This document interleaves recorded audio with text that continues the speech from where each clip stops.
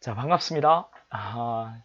자, 형사선고 예습영상 제7주차 강의입니다. 자, 오늘은, 저도 엄청 힘든 하루였습니다. 네, 경찰 채용 마지막 2차 시험이 얼마 남지 않아가지고요. 그래서 오늘은 찍기 특강을 했습니다. 이 마지막 찍기 특강은 속도 있게 진행을 합니다. 또 좀 더 많은 내용을 여러분에게 전달해 주고자 제가 또 준비도 많이 했거든요. 그래서 좀 빠르게 이렇게 진행을 했습니다. 그러다 보니까 짧은 시간에 많은 내용을 전달하려고 하면 강사들도 힘에 좀 붙이는 그런 강의이거든요. 두 분 다나 오늘 강의를 찍었는데 한 강의가 녹화가 안 된 겁니다. 그래서 다시 찍었습니다. 이런 것은 강사들한테 정말 힘든 일이거든요. 예, 그래서 오늘 힘들어요. 이제 집에 와가지고 너무 배가 고파가지고 폭풍 흡입을 했습니다. 삼겹살 먹었습니다. 맛있더라고요. 그래서 이 자리에 앉았습니다, 여러분. 지난주에 다행히도 예습 영상을 진도를 좀 더 많이 촬영을 해둔 게 있어서 일단 여러분에게 그거 보내드렸습니다. 내일 검찰 쪽 강의가 있는데, 이게 너무 이제 늦게 올라가서 여러분에게 죄송스럽긴 해요. 늘 약속만 하고 제가 지키지 못했네요.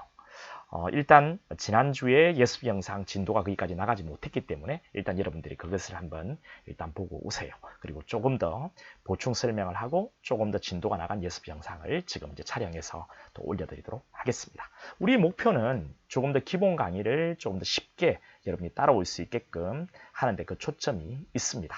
거기에 초점을 두고 제가 강의를 좀 진행해 나가도록 하겠습니다. 여러분도 제가 처음에 의도했던 대로 지금은 아직까지는 좀 낯설고 어색하고 하겠지만 이게 조금씩 익숙해져 나가면 여러분들도 훨씬 더 쉽게 따라올 수 있고 그리고 좀 더 쉽게 이해할 수도 있고 수업에 좀 더 적극적으로 참여할 수 있어 보이고 저도 조금 더 익숙해지면은 조금 더 원활하게 이런 예습 영상이든 복습 영상이든 진행할 수 있을 것 같습니다. 우리 같이 노력해 보도록 합시다. 자, 그리고 여러분 경찰 채용 학생들에 대한 내용인데요. 오늘 그 입법 예고된 것을 보니까요. 한 1900명 가까이를 더 뽑는다는 그런 그 입법 예고가 올라가 있더란 말이죠.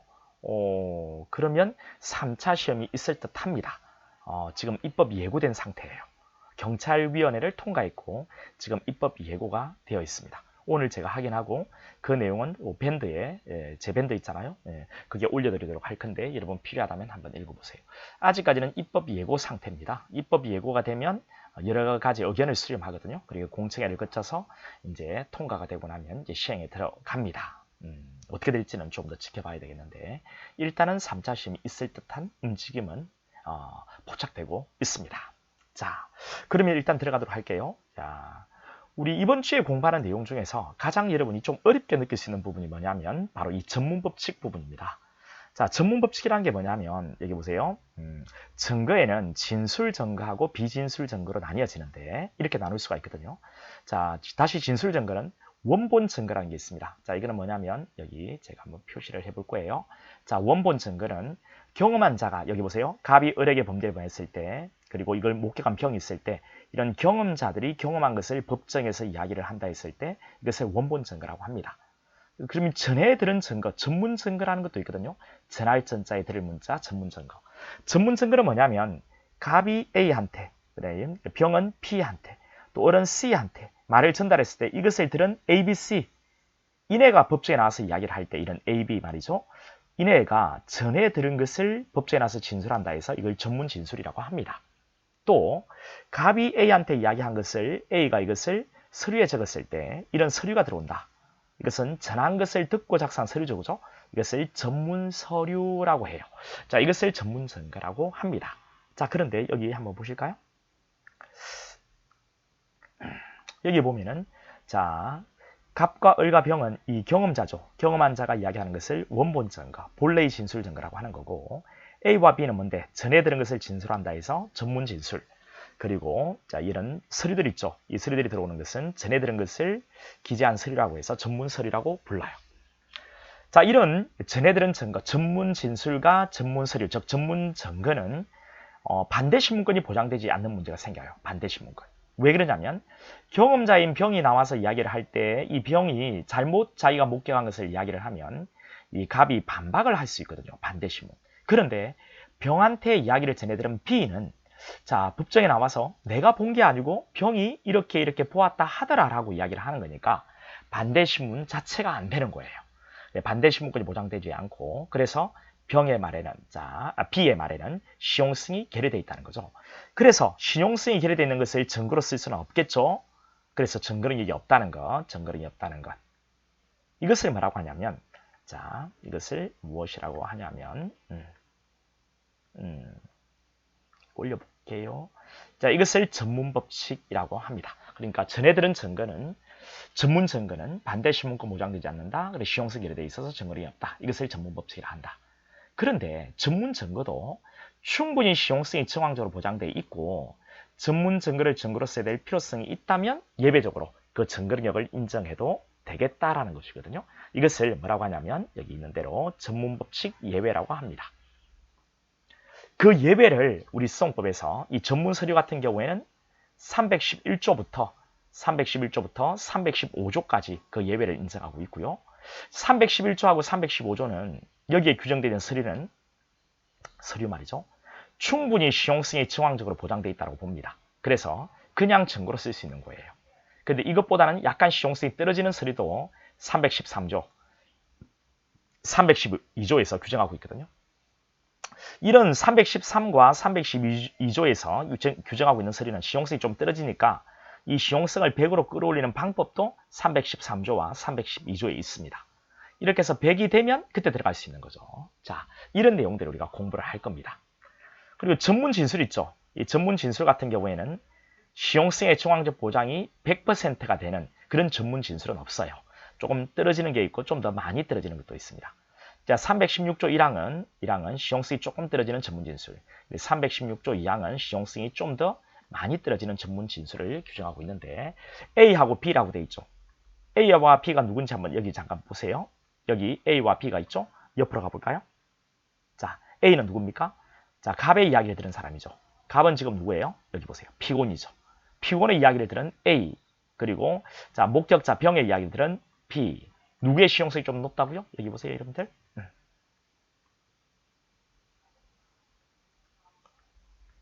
누구의? A의 시용성이 좀 더 높게 보장되고 그 다음 B의 시용성이 좀 더 낮게 보장돼요.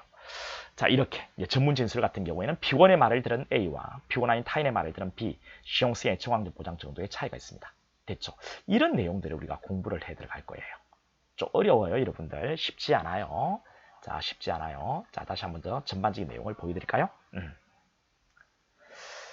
자, 우리 증거를 진술과 비진술로 나눈다고 했을 때 진술은 다시 경험자가 경험한 것을 이야기하는 갑을병 경험자가 갑은 을에게 범죄를 범했고 이를 범죄 피해를 당한 을 그리고 목격한 병 갑을병이 법정에 나서 이야기를 할 때 이것을 원본 증거 그리고 이 경험자의 이야기를 들은 A와 또는 B와 또는 을의 이야기를 들은 C가 있다면 이들이 법정에 나와서 진술하는 것을 전문 진술 그리고 자, 이 경험자의 이야기를 전해 듣고 이걸 작성한 서류 있죠. 그러니까 경험자들이 경험한 것을 적은 종이들 말이죠. 경험한 내용을 적어놓은 이런 서류 같은 거, 이게 이제 전해 들은 것을 기재한 서류라고 해서 전문 서류라고 해요. 예, 전문 증거는 이렇게 두 가지 종류가 있거든요. 자, 이런 것은 기본적으로 자, 범죄와 가까이 있는 원본, 이들의 이야기를 들은 A와 B 또는 이들의 이야기를 기재한 서류니까 시용성이 떨어질 수밖에 없겠죠, 그죠? 그래서 증거력이 없다는 것, 이게 전문 법칙. 그런데 예외적으로 전문 증거도 이런 전문 증거도 시용성이 충분히 보장되어 있다면 증거력을 인정해도 되겠다. 이게 전문 법칙 예외. 우리 서류 같은 것은 어디에 규정이 있다고요? 자, 서류 같은 것은 311조부터 315조에 규정이 있습니다. 311과 315조는 시용성의 정황적 보장이 100인 서류. 그래서 바로 증거로 쓸 수 있는 거예요. 여기에 규정되어 있는 서류들은. 근데 313과 312조는 시용성이 약간 좀 떨어지는 서류들이에요. 자, 이것은 시용성의 정황적 보장이 100이 되어야만 들어가는 거예요. 됐죠? 됐죠? 이런 서류들을 쭉 볼 거라고요. 근데 314는 이 양쪽에 다 걸려 있죠. 그죠?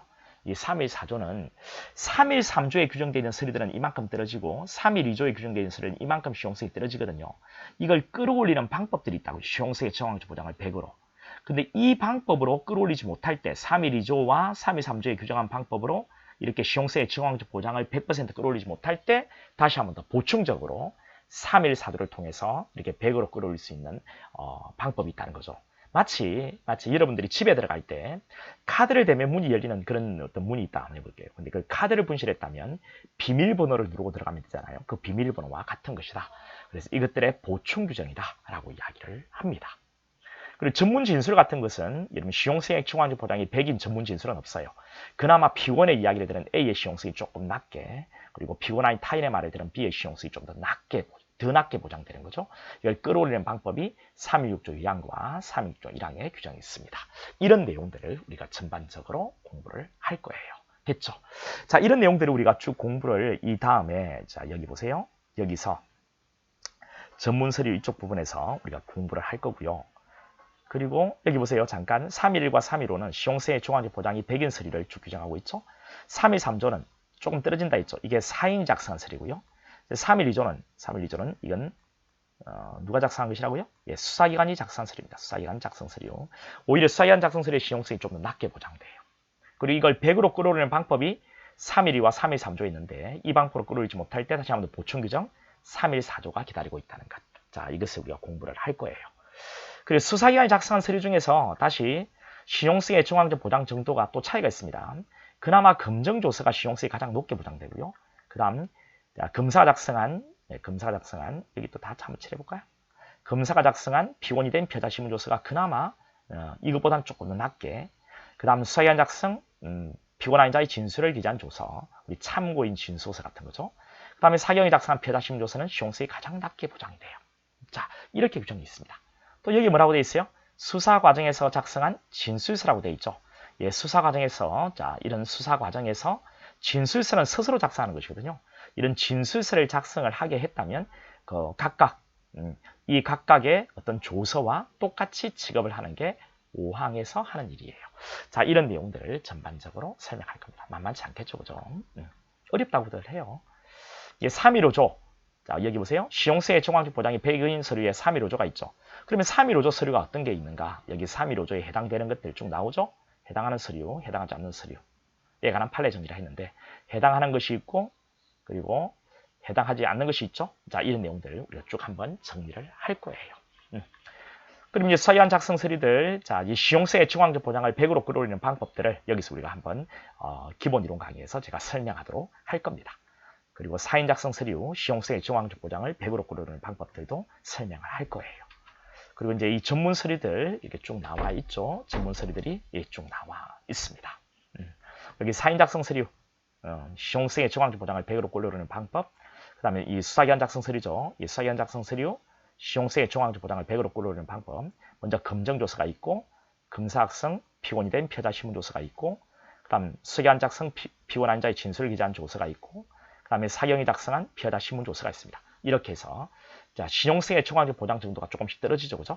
여기 이제 311조가 있고, 또 뭐가 있어요? 여기 315조가 있잖아요, 그죠? 이렇게. 이거는 시용세의 중앙적 보장이 100이니까 이런 서류는 그냥 증거로 들어오는 거예요. 그런데 사인 작성 서류는 조금 떨어지고 서인 작성 서류는 이렇게 시용성이 더 떨어진단 말이죠. 이것을 100으로 끌어올리는 방법들 이런 것들 우리가 다 공부를 할 겁니다. 여러분 여기 나와 있는 것들을 암기를 해가지고 오면 상당히 여러분 강의를 쉽게 받아들일 수가 있어요. 그냥 일단 암기를 하지 않아도 제가 하나씩 설명을 해 들어가도록 하겠습니다. 됐죠? 이렇게 일단 생각하시면 됩니다, 여러분.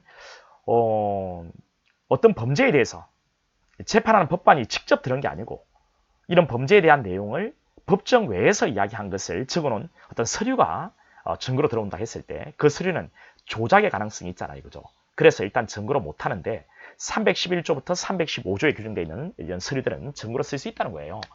그 증거로 쓸 수 있는 서류들 중에서 다시 누가 작성했냐에 따라서 또 어떤 상황에서 작성했냐에 따라서 시용성의 중앙적 보장 정도의 차이가 있다는 거죠. 그나마 시용성의 중앙적 보장이 분위기상 보장이 가장 높은 게 311과 315조. 조금 떨어지는 것이 사인 작성 서류, 그 다음에 수사기관 작성 서류 이렇게 해서 다시 수사기관 작성 서류도 그 각각의 서류에 따라서 차이가 있다는 것. 이런 것들을 우리가 공부를 해 들어가도록 할 거예요. 각오 단단히 하고 여러분 오셔야 돼요. 자, 314조는 여기 보세요. 314조는 이 312, 323조의 보충 규정이라 했죠. 각각 있는데 이건 해당 부분에 가서 312조와 323조가 정확하게 이해가 되고 난 뒤에 314조를 이해할 수 있어서 아직 312조, 323조도 이해가 안 돼 있는 상태니까 3.2사조를 예습에서는 볼 수가 없겠습니다. 나중에 설명을 드리도록 할 거예요. 자, 그 다음에 전문 진술이죠. 그죠? 전문 진술은 앞번에 잠깐 이야기했잖아요. 가벌병정, 이 경험자가 이야기를 하게 되면 이게 원본. 이 경험자 이야기를 전해들은 A, B, C, D. 자, 이네가 이제 전문 진술이죠. 자, 갑의 이야기를 들은 A. 이 A는 지금 피고인의 말을 들은 사람이죠. 피고인. 그쵸? 피고인. A. 그 다음, 자, B, C, D 있죠. B, C, D. 표시를 달리 해볼까요? 여기 BCD, BCD는 누구의 말을 들었습니까? BCD는 하면 안 되겠네요. 자, 이 BCD는 이렇게 표현해 볼까요? 이 BCD는 누구의 말을 들었습니까? 을병청의 말을 들었죠. 을병청은 누구예요? 자, 을병청. 자, 을병청, 이네들은 누군데요? 지금 재판받고 있는 피고인이 갑이죠. 을병청은 을은요 지금 공동 피고인, 그리고 병은 피해자, 청은 목격자죠. 그죠? 자, 을병청은 피고나인 타인이죠. 피고나인 타인의 말을 들은 자, BCD. 그러니 피고인의 말을 들은 A와 피고나인 타인의 말을 들은 BCD 중에서 자, 피고인의 말을 직접 들은 A의 시용성이 그나마 좀 높게 보장돼요. 그리고 피고나인 타인의 말을 들은 BCD 시용성이 조금 더 떨어지거든요. 자, 이걸 끌어올리는 방법, 시용성의 청황적 보장을 100으로 끌어올리는 방법이 여기 A 같은 경우에는 316조 1항의 특신 상태, 그리고 여기 BCD 같은 경우에는 316조 2항의 필요성 더하기 특신 상태라고 이렇게 되어 있습니다. 필요성 더하기 특신 상태. 필요성 더하기 특신 상태. 여러분이 이 재판하는 법관이라고 한다면 경험자인 을병청의 이야기를 듣고 갑을 재판하고 싶으세요? 아니면 을병청의 이야기를 들은 자, B, C, D의 이야기를 듣고 재판하고 싶으세요? 당연히 갑의 범죄를 직접 같이 한 을, 목격한 정, 그리고 피해를 당한 병의 이야기를 듣고 갑의 범죄를 재판하고 싶죠. 그런데 자, 을병청이 만약에 사망, 질병, 외국 거주, 소재 불명, 그 밖에 이런 것들에 준하는 사유로 진술을 못한다면 이들의 이야기를 들은 B, C, D의 이야기를 듣고 재판할 수밖에 없겠죠. 그죠? 자, 이게 뭐냐? 자, 이 필요성이라 했죠. 이거는 원진술자, 누구? 을병청이 사망했다, 또는 질병이다, 또는 외국 거주다, 또는 소재 불명이다, 또는 그 밖에 이런 것들에 준하는 사유로 진술을 못한다. 이때 이 BCD가 기본적으로 필요하다라고 이야기하는 거죠. 필요하다, 필요성. 됐죠? 그리고 이들이 이렇게 말을 건넬 때 그때 분위기가 진실을 말하는 듯한 그런 분위기. 이게 특신 상태예요. 특신 상태에 있다면 증거로 쓸 수 있다. 이 경우는요. 자, 갑이 A한테 말을 건넬 때 그때 분위기가 진실을 말하는 듯한 그런 분위기, 특신 상태만 있으면 증거로 쓸 수 있다는 이야기입니다. 이건 또 우리가 강의 시간에 또 설명을 해 들어가도록 하겠습니다. 자, 여기에서 이제 정리를 할게요. 이 전문 진술 같은 경우에는 어떻게 생각하면 되냐면 갑을병정 이 경험자가 법정에서 이야기하면 원본. 이들의 이야기를 들은 A, B, C, D는 전문 진술. 지금 갑이 피고인인데 갑의 이야기를 들은 A의 말의 시용성이 조금 더 높게 보장되고 갑이 A한테 말을 건넬 때 그때 분위기가 진실을 말하는 그런 분위기. 이것을 뭐라고 하냐면 특신 상태를 하거든요. 특신 상태만 있으면 증거로 쓰는 거고. 자, 을병청의 이야기를 들은 B, C, D. 자, 이들은 을과 병과 정이 사망 등의 사유로 법정에 나서 진술을 못할 때 그때 우리 법원에서는 B, C, D가 필요한 것이고, 그리고 자, 을이 또 정이 또 병이 이야기를 건넬 때 이때 분위기가 진실을 말하는 그런 분위기를 갖추고 있다면 그때 이런 두 가지 요건, 필요성과 특신 상태의 이 요건 하에서 BCD의 진술에 증거능력이 인정되는 겁니다. 됐죠? 자, 이런 것도 우리가 공부해 들어갈 거예요. 자, 그리고 조사자 증언 제도가 도입됐다는 이런 이야기도 우리가 강의 시간에 설명을 할 거고, 그리고 재전문 증거. 이 내용은 전문에 대한 이해가 기본적으로 되어 있어야만 재전문에 대한 이야기를 이해를 할 수 있기 때문에요. 예습 영상에서는 생략을 하도록 하겠습니다. 그리고 이게 끝나고 나면 증거동의와 탄핵 증거가 있어요. 자, 이거는 뭐냐면 증거동의라는 것은 여러분 이렇습니다. 증거동의라는 것은 이 증거능력이 없는 전문 증거가 있죠. 이것들에 대해서 피고인이 증거 사용에 동의를 하면 법원이 진정성을 인정하면 그냥 가지고 들어오는 거예요. 원진술자나 서류작성자를 법정에 불러낼 필요가 없어요. 자, 이런 서류들 같은 경우에는 성립의 진정 같은 게 인정돼야 되잖아요. 이거 우리가 공부를 할 거거든요. 이런 서류들이 증거능력 인정되기 위해서는 시용선을 끌어올려야 되는데 끌어올리는 방법에 뭐 성립의 진정 같은 게 있어요. 자, 이것들이 있어야 되는데 그러기 위해서는 원진술자, 서류작성자를 법정에 소환, 신문해야 된단 말이죠. 시간이 많이 걸리겠죠. 그래서 일단 증거동일한 제도를 통해서 피고인이 증거사항에 동의를 한다. 만약에 검사가 전문 증거를 가지고 들어오려고 할 때 피고인 측에서 증거사항에 동의를 하고 법원이 진정한 것으로 인정하면 그대로 증거능력이 인정돼요. 됐죠? 이때 증거동의는 이 전문 증거 전부 다 동의한다는 포괄적 동의도, 그리고 증거사항에 동의한다고 명시로 이야기하지 않고 증거사항에 별 이견이 없다는 이 묵시적 동의도 인정을 하고 있습니다. 이게 이제 증거동의예요. 그러면 신속한 재판, 소송 경대를 도모할 수 있는 이점도 있을 거예요. 이게 동의입니다. 그러니까 전문 증거들 앞번에 그 예외 규정이 있었죠. 313과 312. 근데 그런 예외 규정을 통과하기 전에 또는 예외 규정이 없는 전문 증거가 있을 때, 자, 증거사항에 동의를 하면 법원이 진정한 것으로 인정하면 이 증거능력이 인정되는 제도, 이게 바로 증거동의. 그리고 이제 탄핵 증거라는 게 있는데, 탄핵 증거는 뭐냐면 증거능력이 없는 전문 증거를 우리 312조, 313조의 요건을, 이 요건 다 공부할 거거든요. 이걸 구비하지 못해서 증거능력이 없는 전문 증거를 피고인이나 피고인 아닌 자의 진술에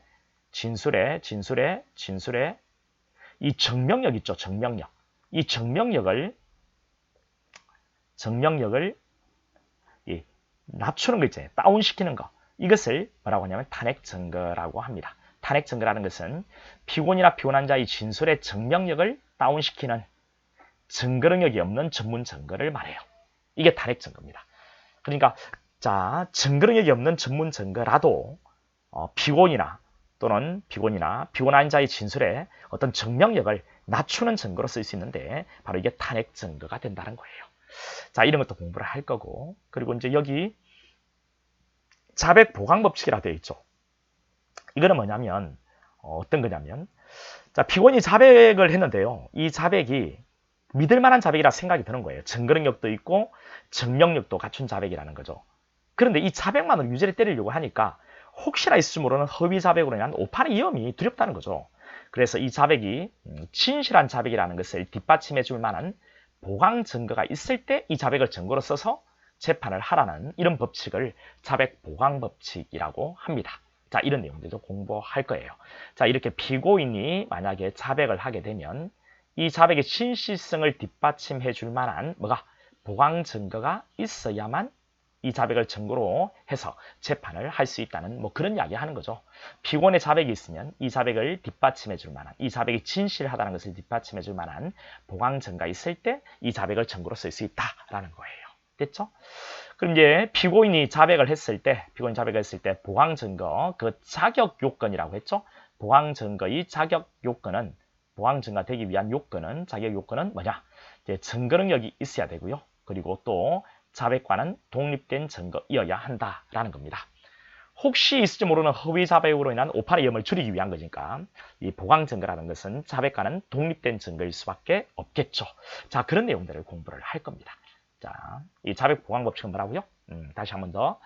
자백 보강 법칙이라는 것은 피고인이 자백을 했는데 이 자백이 혹시나 있을지 모르는 허위 자백일 수도 있다는 겁니다.